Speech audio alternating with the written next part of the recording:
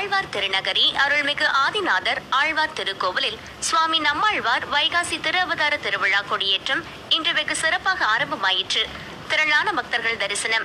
108 திவ்ய தேசங்களில் ஒன்றானதும் நவ திருப்பதிகளில் 9வதும் குருவுக்கு அதிபதியாக அருள்மிகு ஆதிநாதர் ஆழ்வார் திருக்கோவில் தூத்துக்குடி மாவட்டம் ஆழ்வார் திருநகரியில் அமைந்துள்ளது. இத்திருத்தலத்தில் வேதம் தமிழ் செய்த மாறன் என்று போற்றப்படும் சுவாமி நம்மாழ்வார் வைகாசி விசாகத்தில் திருவதாரம் செய்தார். இங்கு அமைந்துள்ள புளிய மரத்தடியில் 16 ஆண்டுகள் தியானம் இருந்து ஞானம் பெற்ற திருத்தலம். மதுரகவி ஆழ்வாருக்கு திருவிருத்தம், திருவாசிரியம், பெரிய திருவந்தாதி, திருவாய் மொழிகளை திருவாய் மலர்ந்தருளினார். மதுரகவி ஆழ்வாரால் திருக்கோவில் உள்ளே அமைந்துள்ள புளிய மரத்தடியில் தனி சன்னதி ஏற்படுத்தப்பட்டு ஆண்டுதோறும் வைகாசி திருநட்சத்திர திருவதார திருவிழா 10 தினங்கள் வெகு சிறப்பாக நடைபெறுகின்றது.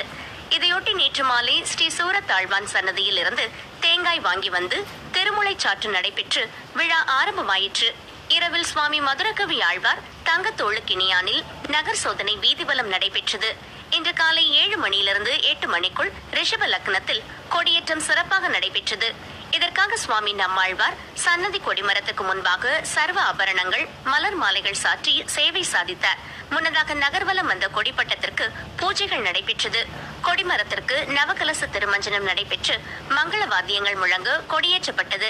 பின்னர் கொடிமரத்திற்கு தர்பை புற்கள், வஸ்திரம், மலர் மாலைகளால் அலங்காரம் செய்யப்பட்டது.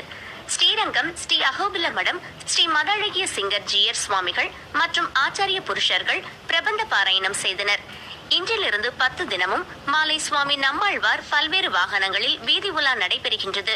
விழாவின் சிறப்பு நிகழ்வான 5ஆம் திருநாள் வருகிற 18ஆம் தேதி காலையில் நவ திருப்பதி பெருமாளுக்கு மங்களா சாசனமும் இரவில் 9 கருட சேவையும் நடைபெறும். விழா ஏற்பாடுகளை கோவில் நிர்வாகத்தினர் செய்திருந்தனர்.